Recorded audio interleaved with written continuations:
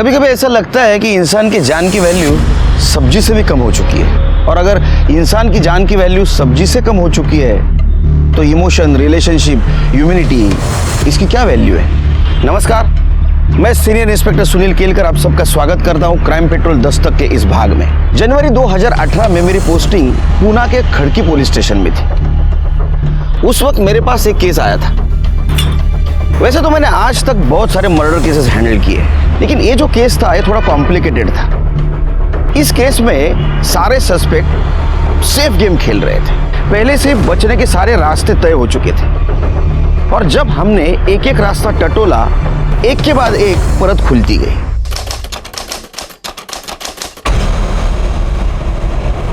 जय माता दी। जय माता दी। वही इंसान ईश्वर के निकट होता है जिसने अपने इंद्रियों पर, मोह माया पर नियंत्रण पा लिया है।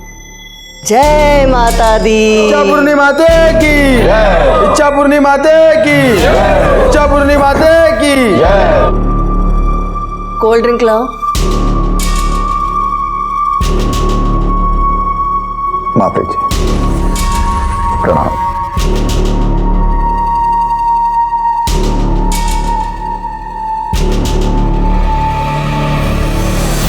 $25 लाख है माता।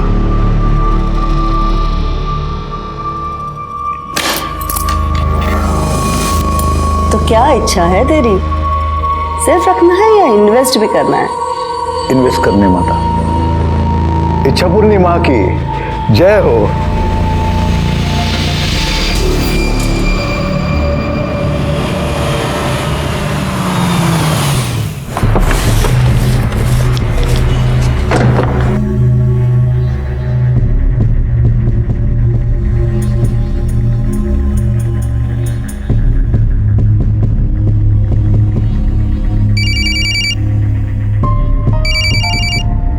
अरे किधर है रे तू? मेरे एड फिल्म का शूट पूरा होने के बाद मॉडल भेजने वाला है क्या? अभी तक एक भी एक्टर नहीं है लुक टेस्ट के लिए। I am sorry sir, I am really sorry sir. मैंने उसी के लिए फोन किया आपको। सर मैं एक ना मॉडल भेज रहा हूँ, आप सर उसका काम देखना सर। कमाल का काम किया, बहुत अच्छी मॉडल है सर, आप देखना उसे एक बार। वो पुराना माल मेरे को चिपका रहा है क्या? तेरे को बोला था ना मेरे को फ्रेश फेस चाहिए। सर फ्रेश फेस तो मिल जाएगा, परफॉर्मेंस का क्या? ठीक है चल भेज। या कम ऑन। हाँ नहीं अभी मॉडल्स शॉर्टलिस्ट नहीं हुई है, लेकिन आप ये वो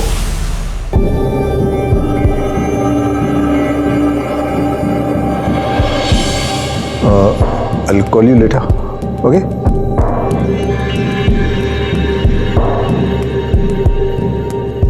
Hi, I'm Renal. Nilesh. How are you?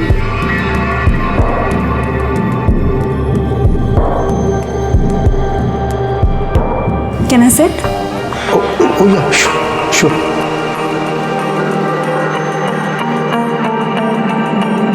अरे वो राजेश ने बताया नहीं कि वो इतनी टैलेंटेड मॉडल को भेज रहा है। Thank you. If you don't mind, I want to see your figure because we are shooting for launch this ad. Yeah, sure. Why not?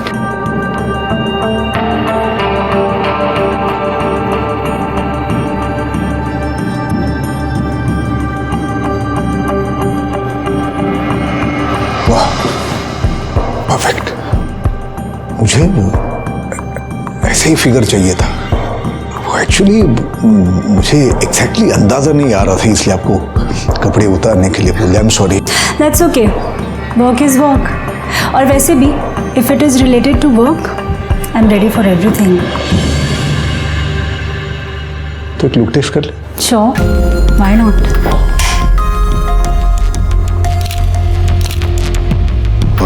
अब खड़ी हो जाओ। कुछ अलग तस्वीरें लेते हैं। ये थोड़ा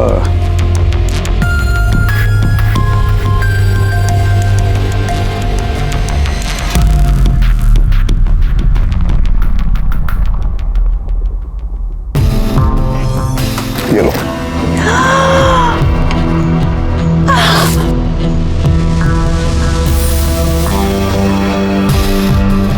वाह,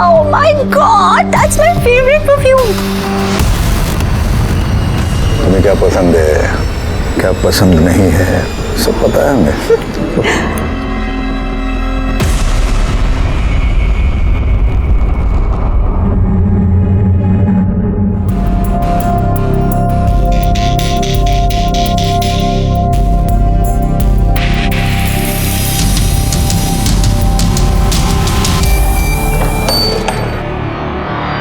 आओ।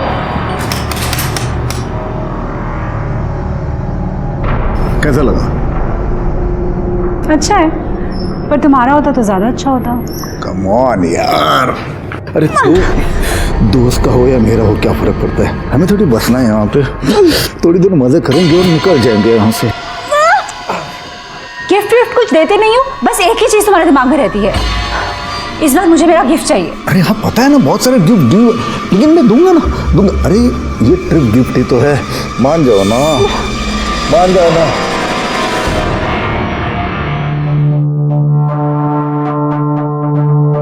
साला बहुत हो गया इस बड़ों का, फ्री में मजे चाहिए इसे, बस कुछ करो इसका। अरे आप टेंशन मत लो, मैं बात करता हूँ ना, मैं देखता हूँ उसे।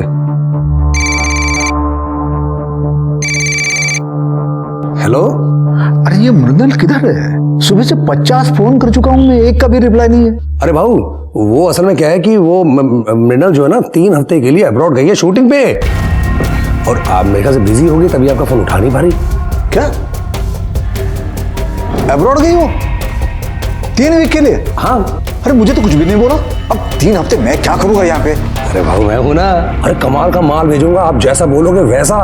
नहीं यार, मृणाल अब मेरे दिमाग में बैठ गई हो। अरे भाऊ, जब मैं मृणाल को भेजा था ना, तब भी आप यही कहते कि नहीं चाहिए नहीं चाहिए। अभी देखो मृणाल के बिना आपका क्या हाल हो गया है। भाऊ मैं क्या कहता हूँ, मैं भेजता हूँ ना, आप एक बार ट्राई तो करके देखो एक बार। चल ठीक है, चल भेज दे। हाँ ठीक है, मैं कल भेजता हूँ। क्या नाम क्या है?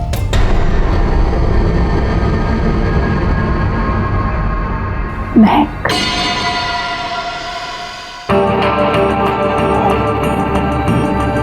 देखो अब मैं तुम्हें सिचुएशन एक्सप्लेन करता हूँ। हम लोग एक मेंस परफ्यूम का ऐड बना रहे हैं, तो मैं सिचुएशन देता हूँ तुम्हें। तुम हीरोइन हो और मैं हीरो हूँ, ठीक है? मैंने वो परफ्यूम लगाया है और उस परफ्यूम की सुगंध से तुम मेरी तरफ अट्रैक्ट होती हो। Getting me? यस।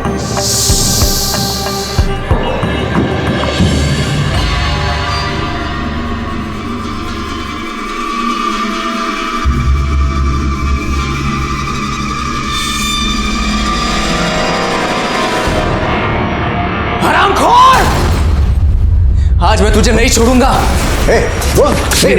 हमें बर्बाद करके लोगों के करियर बनाया तू। आज मैं तुझे नहीं छोड़ूंगा, तुझे बचाने कोई नहीं आएगा। इस उम्र में ये सब करते हुए शर्म नहीं आती? शर्म नहीं आती? चिल्ला चिल्ला और चिल्ला।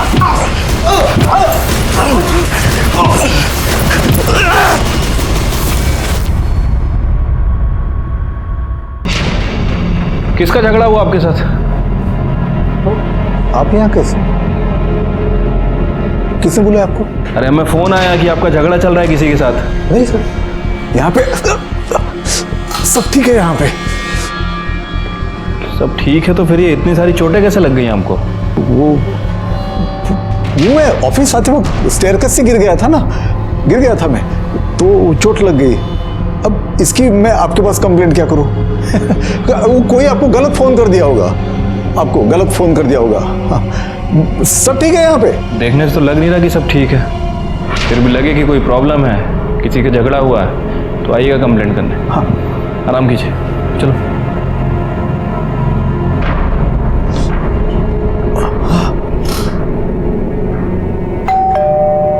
आ रहा हूँ। मैडम कहाँ है? बेडरूम में। बहुत उड़ रहा है। इतना गुस्सा क्या हुआ है? ये देखो देखो क्या भेज रहा है मुझे। मुझे तो पता भी नहीं चला उसने ये कब रिकॉर्ड किया है, नहीं तो मैं तब के तभी सब कुछ बराबर कर देती। अब क्या करूं मैं? एक तो बुढ़ा वीडियो भेज रहा है और साथ में मैसेज भी भेज रहा है कि तेरे लिए कुछ करो, नहीं तो मैं कुछ करूंगा। क्या करेगा वो? कुछ करो इसका, अभी के अभी कुछ करो, नहीं तो मैं कुछ कर दूंगी। टेंशन मत लो, मैं बात करूँगा ना। कुछ करोगे तुम? हाँ टेंशन मत लो, टेंशन मत लो। मैं बुड्ढा धमकी दे रहा है इसकी, तो मैं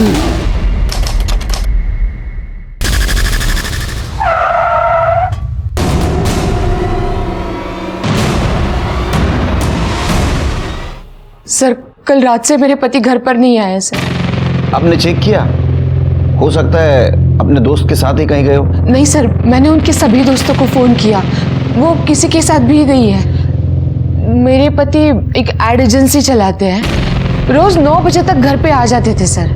मगर कल जब वो 11 बजे तक घर पे नहीं आए तो फिर मैंने उनको फ़ोन किया, उनका फ़ोन भी स्विच ऑफ आया सर। अभी भी मैंने फ़ोन किया तो स्विच ऑफ ही आ रहा है सर। फिर मैंने ड्राइवर को फ़ोन किया तो ड्राइवर ने मुझे कहा कि वो गांव जा रहा है। मतलब कल दोपहर को मोहिते रोड पर गाड़ी लगा के इनको चाबी दे के वो छुट्टी लेके चला गया सर। मतलब आपके हस्बैंड गायब हो गए उसी दिन से आपके ड्राइवर ने छुट्टी ली। आपके हस्बैंड का फोटो है आपके पास? हाँ हाँ है।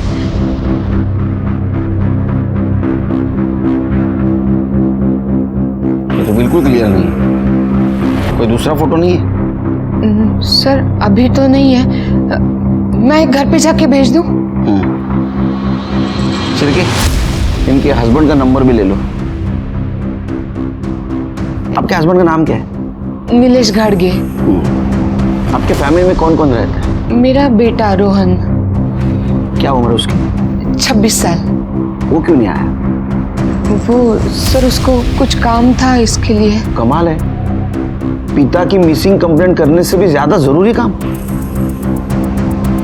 ठीक है, अब डिटेल्स बाहर दीजिए। शिरके, त्यांच्या ड्रायव्हरच्या आणि गाडीचे पण डिटेल्स घ्या। हो सर, क्या मैम?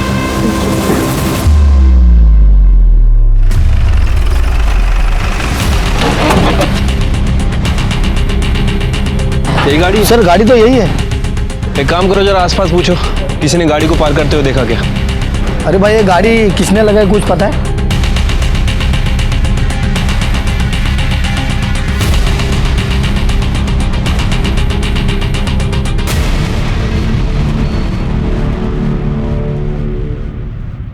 ए रघु, अरे क्या चाय बनाई यार, बिल्कुल शक्कर नहीं इसमें, शक्कर डाल। बता ना तेरे को। और एक रघु, क्या कर रहा है? बस कर। अरे दे दे दे। सर ऑलरेडी चाय इतनी मीठी सर। अरे रघु बराबर चाय बना रहा है मेरे। सिरके, हम इतने कड़वे लोगों के बीच में रहते हैं ना, कुछ दिन के बाद हम भी वैसे बन जाएंगे, इसलिए मीठे की बहुत ज़रूरत है। सर ये कोई रीज़न नहीं हुआ मीठा पीने का। अच्छा ये नीलेश मिसिंग केस का क्या हुआ? सर वो गाड़ी थी, वो वहीं पे कई दिनों से पार्क थी, लेकिन किसने पार्क की किसी को कुछ पता नहीं चला, और आसपास कोई सीसीटीवी कैमरा भी नहीं था, इसलिए अभी तक हमें भी कुछ पता नहीं चला। वैसे मैंने रत्ना से स्पेयर की लेके उस गाड़ी को फॉरेंसिक के लिए भेज दिया है। ये पब्लिक भी ना सब पुलिस पे डाल देती है। अब इतने दिनों से वहाँ गाड़ी पड़ी है, किसी को कुछ नहीं, कल एक्सीडेंट हो जाएगा फिर पब्लिक हमारे पास आ जाएगी। नीलेश के ड्राइवर का क्या हुआ? सर वो गाँव गया हुआ था, मैंने फ़ोन कर दिया, वापस आ रहा है। चिरके, ये रत्ना है ना, उसका फ़ोन मॉनिटर करो। अगर किडनैपिंग केस है तो उसको रैंसम कॉल जरूर आएगा। ठीक है सर, एक मिनट। रत्ना ने नीलेश काटके की फ़ोटो भेजी है। सर ये तो वही नीलेश है जिसके साथ ऑफिस में किसी ने मारपीट की थी, और ये उसके खिलाफ कंप्लेंट भी नहीं करना चाहता था। वो मैं ऑफिस आते वक्त स्टेयरकेस से गिर गया था ना, अब इसकी मैं आपके पास कंप्लेंट क्या करूं? मुझे इस केस में झगड़े का और बदले का एंगल ज़्यादा लग रहा है। चलो पता करते हैं, ऐसी क्या वजह थी कि नीलेश ने मार खाने के बाद भी जिसने उसे मारा उसके खिलाफ पुलिस में कंप्लेंट नहीं की।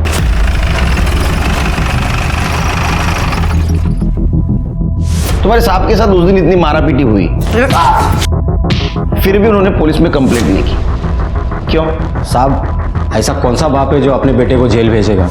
वो तो हमसे गलती हो गई साहब कि बिना सोचे समझे आपको फ़ोन कर दिया, जिसके लिए साहब ने हमको बहुत डांटा भी था। अपने बेटे को जेल भेजना मतलब? साहब उस दिन मारा पीटी हुआ था ना, वो कोई और नहीं, साहब का बेटा रोहन ही था।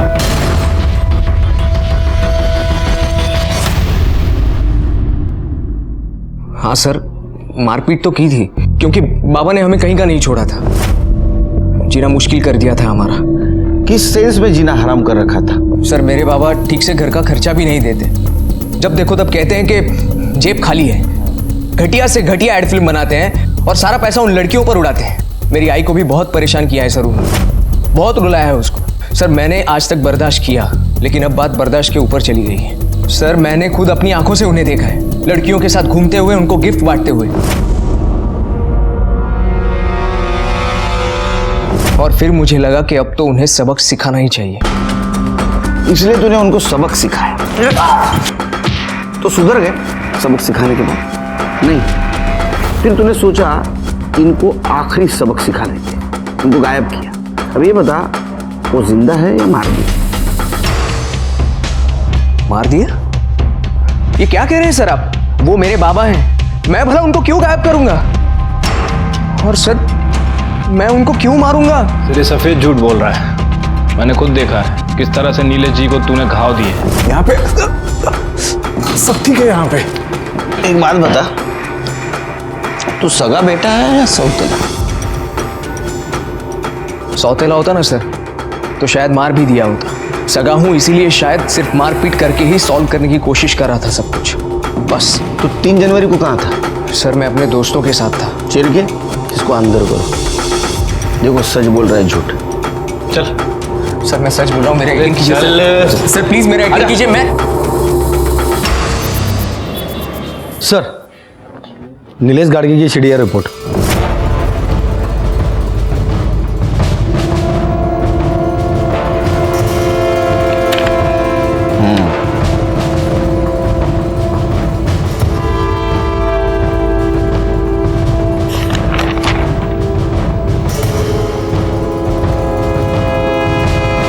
चिरकी, ये वो 3 नंबर है जिसमें 3 हफ्तों से लगातार नीलेश टच में था। पता करो किसके नंबर है, और ये भी पता करो जिस दिन नीलेश गायब हुआ उस दिन उसने किसके साथ बात की थी, और उसका मोबाइल लोकेशन में निकलवा। ठीक है सर।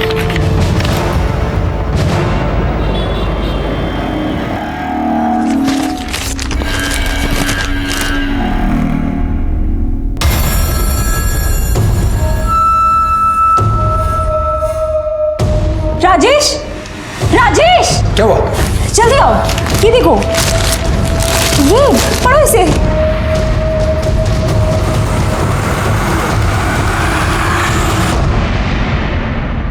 हे बघ, मी आधीच टेन्शनमध्ये। अब वो टेंशन में एक चाय एक्स्ट्रा पी ली तो क्या हुआ, और वो भी बिना शक्कर की पी। यार कितना शक करोगी मुझ पे?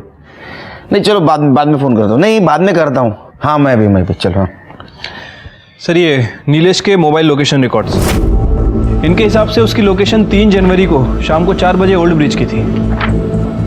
उसकी गाड़ी मोहिती मार्केट में मिली शेरकी, और उसका लास्ट मोबाइल लोकेशन दिखा रहा है ओल्ड ब्रिज। इसका मतलब ऐसा हो सकता है शेरकी कि वो दूसरी गाड़ी से वहाँ गया, लेकिन कोई भी गाड़ी से गया होगा तो टोल नाका क्रॉस करके गया होगा। शेरकी टोल नाके का सीसीटीवी फुटेज मंगाओ। ठीक है सर।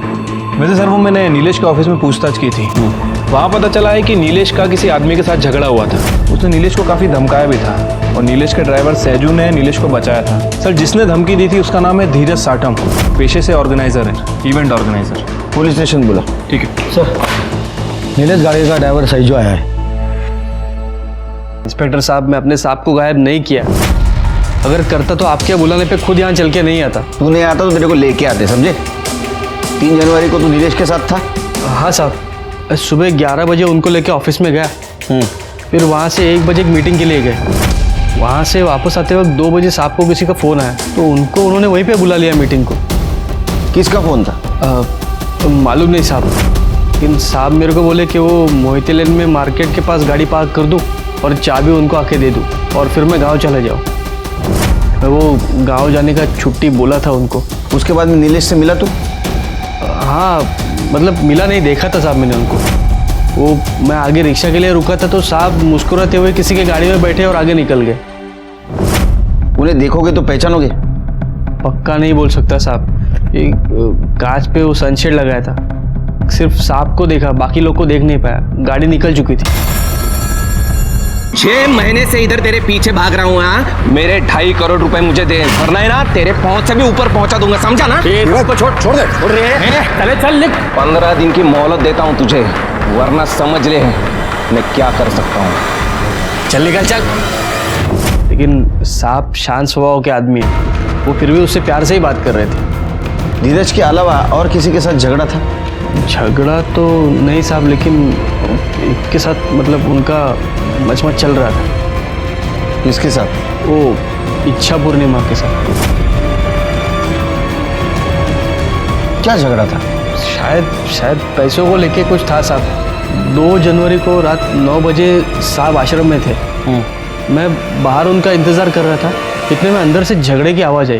देख, मेरे सारे पैसे मुझे वापस चाहिए, और अगर मेरे साथ शांतपति करने की कोशिश की ना तो सारी दुनिया को बता दूंगा कैसी इच्छा पूर्णिमा है तू, और तेरे सारे काले धंधे में सारे लोगों के साथ। अपने औकात में रह, समझा? पता है ना किसके साथ बात कर रहा है तू? मेरी पहुंच ऊपर तक है। सिर्फ 2 मिनट लगेंगे तुझे खत्म करने के लिए। सुन, इसे यहां से बाहर फेंक दे, और दोबारा आश्रम के आसपास भी दिखा ना तो हाथ पैर तोड़ देना इसके। ले जाओ इसे। ये ठीक नहीं किया तूने। मैं देख लूंगा, मैं सबको देख लूंगा। ठीक है, तुम जा सकते हो, जब तक केस चल रहा है शहर से बाहर नहीं जाने का। हाँ साहब। शिरके, ये नीलेश की गाड़ी हमें मोहिते मार्केट में मिली। उसके मोबाइल का लास्ट लोकेशन ओल्ड ब्रिज था, और इस सेजू के कहने के मुताबिक व्हाइट कलर की है साहब। एक काम करो, मोहिते मार्केट से लेके ओल्ड ब्रिज तक का सारा सीसीटीवी फुटेज निकालो, देखो उसमें गाड़ी मिलती है क्या। ठीक है सर। उससे पहले मेरी एक इच्छा हो रही है, इच्छा पूर्णिमा से मिलने की।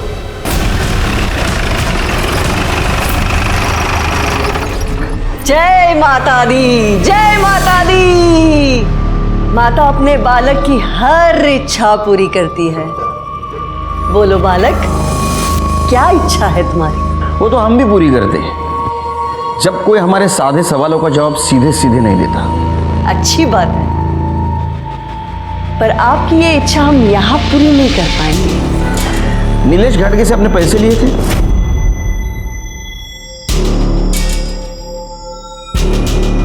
पैसे नहीं, दान दिए थे उसने इस आश्रम के लिए। दान दिया था तो फिर वापस क्यों मांग रहा था? ये हम नहीं जानते, लेकिन एक बात हम जानते हैं, जब उसने हमसे अभद्र भाषा में बात की थी तब हमने उसे उठवाकर बाहर फेंकवा दिया था। तो फिर 3 जनवरी को जब वो गायब हुआ, आपने फोन क्यों किया उसको? हम तो माँ है ना सबके, और माँ अपने बच्चों से ज्यादा रूठ कर नहीं रह सकती। माँ का दिल तो मोम का होता है, इसलिए हमने सोचा हमारा बालक कहीं कष्ट में तो नहीं है, शायद उसे दान के पैसे की जरूरत होगी, इसीलिए हमने सोचा हम दे देते हैं उसे दान। हमने तो उसे फोन भी किया, लेकिन हमारा फोन उठाने से पहले उसने काट दिया। क्या ऐसा तो नहीं माँ ने अपने बालक को अपने पल्लू में छिपा के रखा है? चिरके, आश्रमाची झड़ दिया। आपके पास सर्च वारंट है? तो आप अध्यात्म के साथ साथ कानून की भी जानकारी रखती है? सिर्फ जानकारी नहीं, पहुंच भी रखती हूँ, और माँ के दिल को बहुत ठेस पहुंचेगी अगर उसके कारण तुम्हारी नौकरी चली गई तो बालक, ज्यादा उधम मत मचाओ, थोड़ा संभल जाओ। नौकरी मेरी मजबूरी नहीं, मेरा फर्ज है। फिर से आऊंगा प्रूफ के साथ, और उस वक्त मेरी इच्छा पूरी करके जाऊंगा। चला शिरके।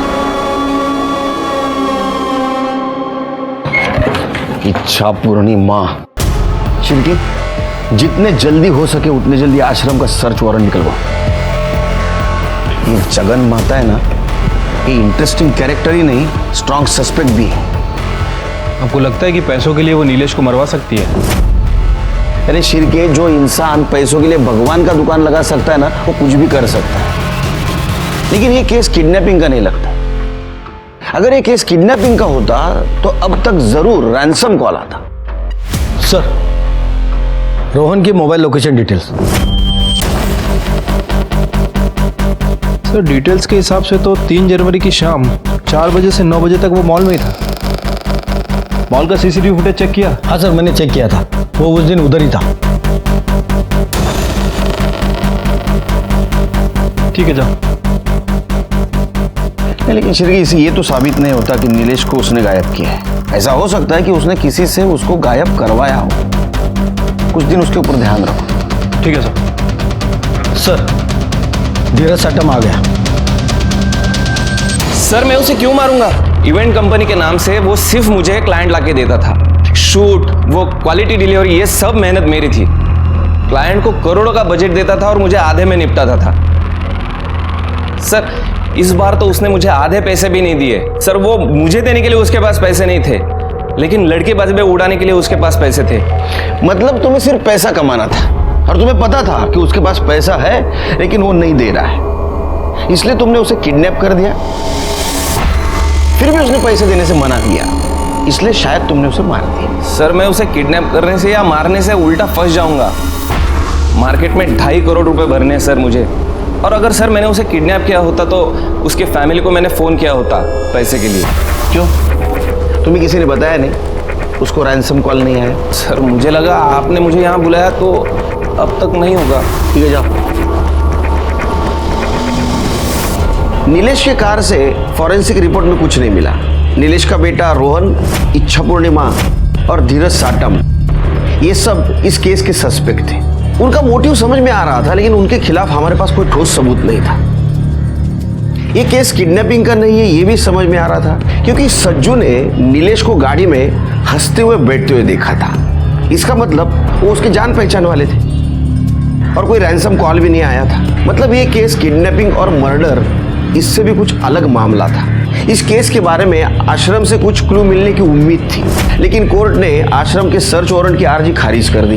लेकिन अभी भी सवाल ये था कि ये नीलेश गया किसके साथ, क्यों गया और उसका क्या हुआ। ये सब हमारे दिमाग में चल रहा था। ऐसे में इस केस की एक ओपनिंग हमें मिली। सर टोल नाके का सीसीटीवी फुटेज चेक किया सर। वहाँ ठीक वैसे ही कार पास होती दिख रही है जैसा मैं सैजू ने डिस्क्राइब किया था, और ठीक उसी समय क्रॉस हो रही है जब नीलेश का फ़ोन स्विच ऑफ हुआ था। गाड़ी के अंदर कौन कौन बैठा था? नहीं सर, किसी का फेस साफ साफ नहीं दिख रहा है। सर, ओल्ड ब्रिज के आगे नदी किनारे एक लाश मिली है।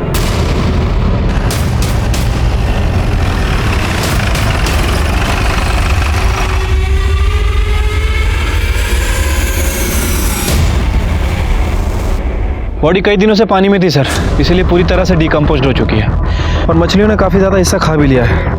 यहाँ के लोकल मछुआरों ने हमें फ़ोन किया और उन्होंने बाहर निकाला था। हमारी पैरामेडिक्स टीम के मुताबिक जिस टाइप का ये बॉडी है उस हिसाब से ये नीलेश की बॉडी हो सकती है। अच्छा, तो एक काम करो, उसके फैमिली को बुला आइडेंटिफिकेशन के लिए और बॉडी को पोस्टमार्टम के लिए भेज दो। ठीक है सर।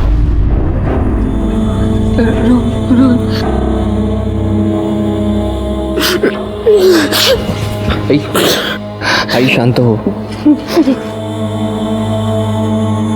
ये कुछ सामान मिला है।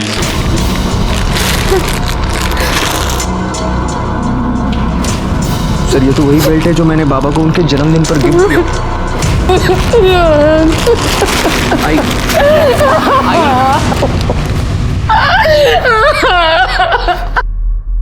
शिरके, ये बेल्ट और चेन की पहचान से ये नहीं साबित होता कि ये बॉडी नीलेश की है।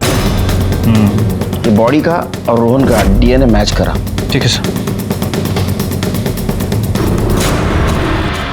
सर नीलेश के कॉल रिकॉर्ड में जो 3 नंबर मिले थे उनमें से 1 नंबर धीरज का है, बाकी के 2 नंबर किसी राजेश पाटिल और रति शिंदे के नाम रजिस्टर्ड है। इन दोनों के साथ नीलेश लगातार टच में था, लेकिन रति शिंदे के साथ पिछले 1 महीने से उसका कम्युनिकेशन बंद है और राजेश पाटिल के साथ 3 जनवरी को उसने आखिरी बार बात की थी। दोनों को पुलिस स्टेशन बुला। सर मैंने दोनों का फ़ोन ट्राई किया, लेकिन दोनों का ही फ़ोन बंद है 3 जनवरी के बाद।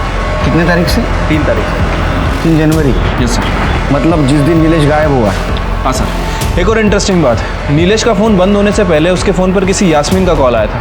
ये यास्मीन यही नया नगर में ब्यूटी पार्लर चलाती है। और ये राजेश पाटिल और रति? सर ये राजेश सतारा का रहने वाला है और रति संगमवाड़ी में रहती है। तुम एक काम करो शिरके, तुम यास्मीन के पार्लर जाओ, मैं रति से जाके मिलता हूँ। तुम्हारी रति मैडम है क्या घर में?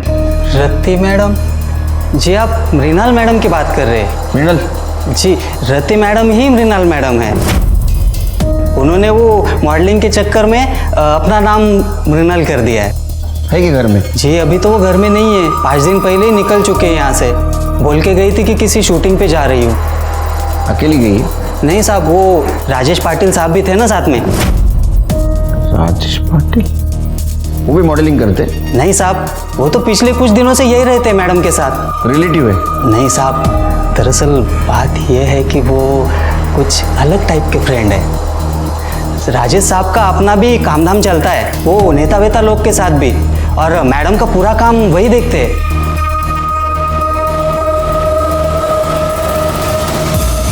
इसको जानते हो? जी, ये तो नीलेश साहब है। नवंबर महीने में तो ये बहुत आना जाना करते थे मैडम के पास, पर पता नहीं क्या हुआ, दिसंबर में आना ही बंद कर दिया उन्होंने।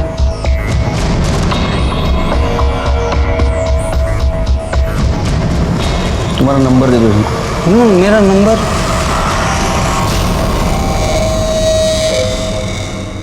हाँ, मैं नीलेश जी को जानती हूँ। उनके यहाँ पे जब भी इवेंट्स और एडवर्टीजमेंट होते हैं, मेरे यहाँ से ही हेयर और मेकअप आर्टिस्ट जाते हैं। लास्ट टाइम नीलेश गाडगे से आपकी बात कब हुई थी? ठीक से याद नहीं आ रहा है, बट कुछ दिन पहले ही। अब आप ये सब क्यों पूछ रहे हैं? हमें शक है कि उसका मर्डर हो चुका है। क्या? मर्डर? कैसे? I mean, ऐसे कैसे हो सकता है? ऐसा हुआ है। नीलेश के मर्डर के पहले उसकी लास्ट कॉल आपको हुई थी। मेरे साथ बात की थी? नहीं। आपको याद नहीं आ रहा है क्या? मेरे साथ कैसे? नहीं, आपके फोन रिकॉर्ड तो यही कह रहे हैं। हाँ हाँ हाँ, वो मंडे बात हुई थी मेरी उनके साथ। नहीं, ट्यूसडे को। खैर, जाने दीजिए। ये बताइए कि नीलेश गाडगे के साथ ऐसा कौन कर सकता है? कोई दुश्मन, कोई दोस्त, किसी पर शक है आपको? देखिए सर, मेरा उनके साथ प्रोफेशनल रिलेशन था।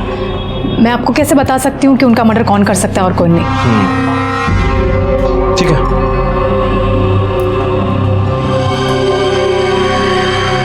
अच्छा, यास्मीन ने कुछ बताया? हाँ सर, ये यास्मीन कह रही है कि इसके साथ नीलेश का प्रोफेशनल रिलेशन था। वैसे काफ़ी ओवर एक्टिंग कर रही है सर ये।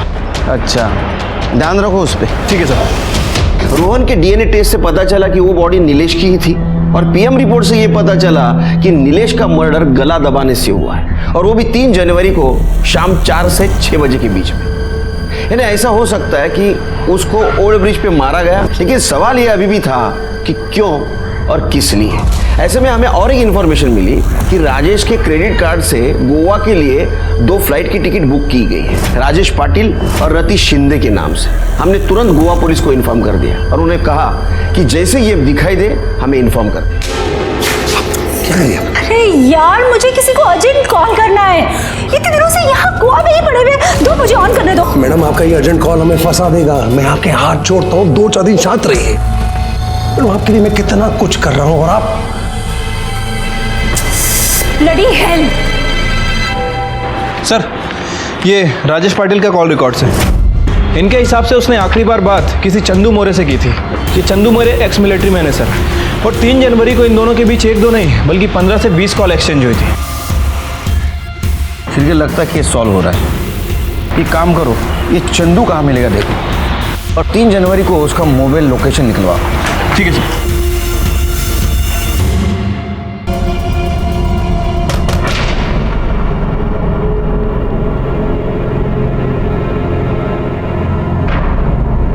पेपर का पेमेंट लेने आया हूं। कितना हुआ? अरे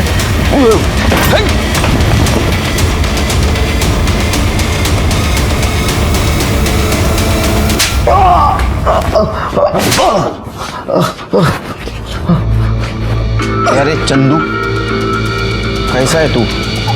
हाँ, चल सच सच बता अभी। ये हमारा शिरके है ना, बहुत मारता है। बता। साहब, मी तुम्हाला आधीच सांगितलंय साहेब, मैंने कुछ नहीं किया, और 3 जनवरी को मैं पुणे में भी नहीं था। तू पुणे में नहीं था? नहीं। तेरा मोबाइल घूम रहा था पुणे में? हाँ, कैसे? पहले खड़की मार्केट गया, बाद में ओल्ड ब्रिज गया। तेरा देखो, ये देख तेरे मोबाइल डिटेल्स। हाँ साहब, वो राजेश मुझे बोला था कि उसकी गाड़ी लेके नीलेश को मार्केट से पिकअप करना है और उसे वो ओल्ड ब्रिज के पास छोड़ना है। गाड़ी में कौन कौन था? धीरज था। धीरज साठम? हाँ, तो वो तो एक नाम हुआ। और वो धीरज का असिस्टेंट था महेश, और एक लड़की थी जीनत। जो तुमने नीलेश को मार्केट से उठाया उसके बाद क्या हुआ? उसके बाद सर सीन समझ में आ गया। अभी हम वन शॉट करेंगे। हाँ। मुझे वन टेक चाहिए। हाँ। Mood rolling and action. मुझे लगा कोई फिल्म की शूटिंग चल रही है। फिर थोड़ी देर बाद महेश ने मुझे गाड़ी रोकने के लिए कहा, मैंने रोक दी।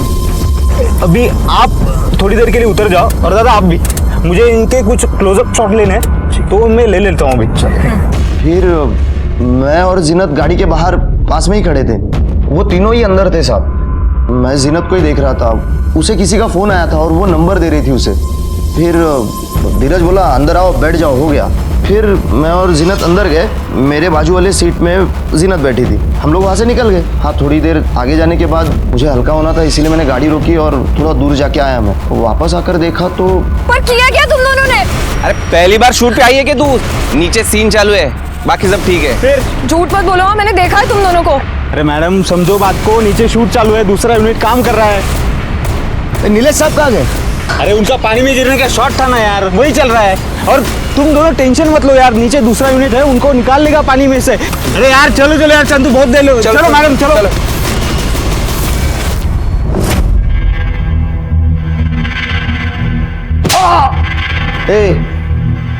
वो धीरज की और नीलेश की दुश्मनी थी। अगर धीरज गाड़ी में रहता तो नीलेश कैसा बैठता? हाँ साहब मैंने इतना दिमाग नहीं लगाया। अब मुझे राजेश ने जितना बोला उतना मैंने किया। उसने जिसको जहाँ छोड़ने बोला था वहाँ छोड़ा मैंने।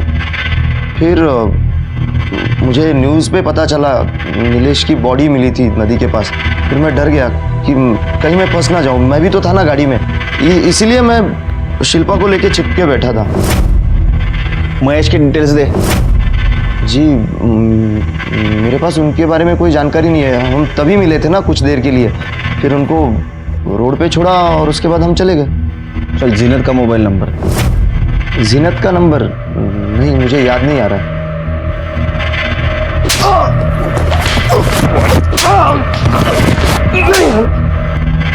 आया क्या कुछ याद?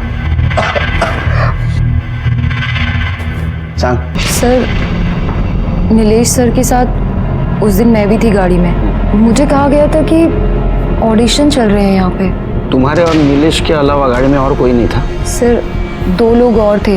एक चंदू नाम का ड्राइवर था और उसी की साथ वाली सीट पे एक महेश नाम का लड़का था जो डायरेक्ट भी कर रहा था और शूट भी। आर यू श्योर कि गाड़ी में सिर्फ 4 ही लोग थे? Yes sir. सर एक्चुअली एक आदमी और आया था जब गाड़ी ओल्ड ब्रिज के पास रुकी थी। मुझे कहा था कि सर का क्लोजअप लेना है, इसलिए तुम्हें गाड़ी से उतरना पड़ेगा। और फिर मैं गाड़ी से बाहर आ गई। एक्चुअली नीलेश का क्लोजअप लेने के बाद मुझे गाड़ी में आगे वाली सीट पे बिठा दिया गया था और मैंने अपना हेडफोन लगाया था। फिर थोड़ी देर के बाद जब मैंने पीछे देखा तो महेश ने मुझे कहा कि नीलेश जी सो रहे हैं। तो फिर मैंने अपना गाना सुनना फिर से शुरू कर दिया और थोड़ी देर के बाद गाड़ी फिर से रुकी। सर मुझे लगा कि ड्राइवर और बाकी लोग ऐसे ही रेस्ट करने के लिए निकले हैं, बट जब मैंने पीछे देखा तो ये क्या कर रहे हो तुम लोग? अरे कुछ नहीं, रिलैक्स रिलैक्स रिलैक्स, कुछ नहीं हो रहा है। नीचे सीन चालू है, बाकी कुछ नहीं। अरे रिलैक्स, कुछ नहीं है। शूटिंग है, शूटिंग है। झूठ मत बोलो। दूसरा यूनिट है वहाँ पे, वो उठाएंगे उसको। अरे मैडम आप इतना परेशान क्यों हो रही हो? आप चलो। सर जब हम पुणे पहुंचे तो मुझे उन्होंने 1 लाख का कैश दिया और कहा कि नीलेश जी ने एडवांस दिया है और बाकी पैसे कॉन्ट्रैक्ट साइन करने के बाद मिलेंगे। सर कुछ दिनों के बाद जब मैंने न्यूज़ में देखा तो मुझे पता चला कि नीलेश जी का मर्डर हो चुका है और उनकी डेड बॉडी पास वाले ओल्ड ब्रिज के नदी से मिली है। ये काम तुम्हें किसने दिलवाया था? क्या नीलेश ने डायरेक्ट बुलवाया था? सर नीलेश जी को तो मैं जानती भी नहीं थी। मैं तो यास्मीन जी के थ्रू गई थी। यास्मीन जो वो नया नगर में पार्लर चलाती है वो? सर मैं लड़कियां सप्लाई करती हूँ, अपने पार्लर को ऑफिस की तरह यूज़ करती हूँ। नीलेश और राजेश के यहाँ मैं ही लड़कियां भेजती थी। सर मुझे बिल्कुल भी आइडिया नहीं था कि वो लोग नीलेश का मर्डर करने वाले हैं। रति मतलब मृणाल शिंदे को जानती हैं? यस सर, वो भी मॉडलिंग के नाम पर एस्कॉर्ट का धंधा करती है। ठीक है, क्यों जान। चलो। सर, ये चंदू के कॉल रिकॉर्ड्स। सर, नीलेश के गायब होने के बाद चंदू एक नंबर पे बात कर रहा था। जब उस नंबर के बारे में डिटेल्स निकाली तो पता चला वो नंबर गोवा में है। लेकिन सर, हैरानी की बात यह है कि वो नंबर मृणाल के नौकर का था और नौकर इस वक्त पुणे में है। चंदू एक ही नंबर से बात कर रहा था। तो एक काम करो, वो नंबर ट्रैक करो, देखो कि इसके पास है, उसको उठा के लाओ। जिसके बारे में मैं सोच रहा हूँ उसके पास ही ये नंबर हो सकता है। सर, राजेश ने मुझे बताया था कि नीलेश को ब्लैकमेल करने के लिए ऑडिशन के बहाने एक वो वीडियो बना रहा है। मैंने सोचा उसी बहाने मैं अपने पैसे निकाल लूँ। जब वो शूट खत्म हुआ तो मैं खुद वहाँ जा पाया। ये तक गेलो साहब नहीं, चंदू और मैं पीछे की सीट पर बैठे थे। मैं उसे ब्लैकमेल कर रहा था कि मेरे पैसे दे देने तो मैं वो वीडियो वायरल कर दूंगा। मैं 17 साल से नौकरी करता हूँ। तो किससे बात कर रहा है समझ में आ रहा है? मुंह बंद करने से किसी की मौत नहीं होती, दम घुटने से होती है। इसका मतलब नीलेश मरा नहीं, मारा गया। और ऐसा कैसे रे? तू सही जगह सही टाइम पे पहुंचा। तू क्या अंतर्यामी है? धीरज बाबा? हाँ सर,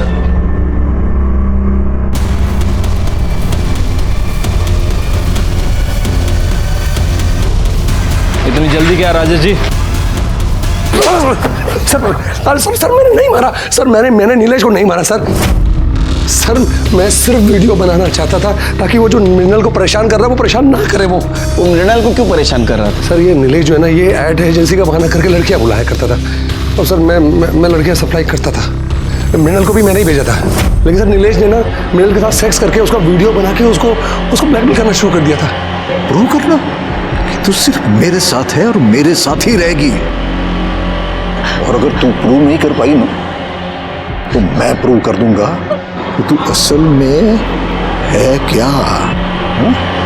और सर, मैं उसका वीडियो बना के मैं उसको परेशान करना चाहता था ताकि वो मृणाल को परेशान करना बंद कर दे। सर, बस सर, इतना ही है। तू पक्का सोशल वर्क नहीं कर रहा था, क्योंकि तू भी मृणाल के लिए लाइन में खड़ा था और इतना डेस्परेट हो गया कि तूने नीलेश को मरवा दिया। नहीं सर, मैंने किसी को नहीं मरवाया सर। तू एक बात बता, तेरे गाड़ी में मर्डर हुआ फिर भी तेरे को पता नहीं और तूने कुछ किया नहीं, तो भागा क्यों? सर, मैं कहीं नहीं भागी और ना ही मैंने कुछ किया है। ये राजेश क्या कर रहा है, कहाँ है, मुझे कुछ नहीं मालूम। बहुत इनोसेंट है। राजेश ने कहा चलो कहीं जाके छिप जाते, अब चली गई। हाँ सर, मुझे कुछ नहीं मालूम। लेकिन फिर भी आपको यहाँ रहना पड़ेगा। इस केस में एक नहीं, वो सारे एंगल छिपे थे। जलन, जेलसी, बदला, धोखा, लालच। नीलेश के अय्याश बिहेवियर ने उसको गुनाह की दस्तक जरूर दी थी। उसने उसे सुना लेकिन उसे बढ़ावा दिया और इसका नतीजा ये हुआ कि उसको अपनी जान देनी पड़ी। धीरज, महेश, राजेश, चंदू ये एक दूसरे पर इल्जाम लगा रहे थे, लेकिन सर्कमस्टेंशियल एविडेंस के आधार पर कोर्ट में बार बार बयान बदलने के कारण कोर्ट ने उन्हें नीलेश मर्डर केस में सजा सुनाई। सबूतों के अभाव पर मृणाल का नीलेश मर्डर केस में डायरेक्ट संबंध प्रूव नहीं हुआ, लेकिन नीलेश मर्डर केस के बारे में उसे पता था लेकिन उसने पुलिस को इन्फॉर्म नहीं किया, इसके वजह से उसे सजा मिली। जीनत और यास्मीन को भी नीलेश मर्डर केस में सजा मिली क्योंकि उसे इस केस के बारे में पता था लेकिन उसने पुलिस को इन्फॉर्म नहीं किया। इसी के साथ मैं सीनियर इंस्पेक्टर सुनील केलकर आप सबसे विदा लेता हूं। फिर मिलेंगे अगले एपिसोड में, तब तक के लिए सतर्क रहिए, देखते रहिए क्राइम पेट्रोल दस्तक। मकसद बताना नहीं, बचाना है। जय हिंद। ऐसे और भी मज़ेदार वीडियो के लिए हमारे चैनल को लाइक, शेयर और सब्सक्राइब करें।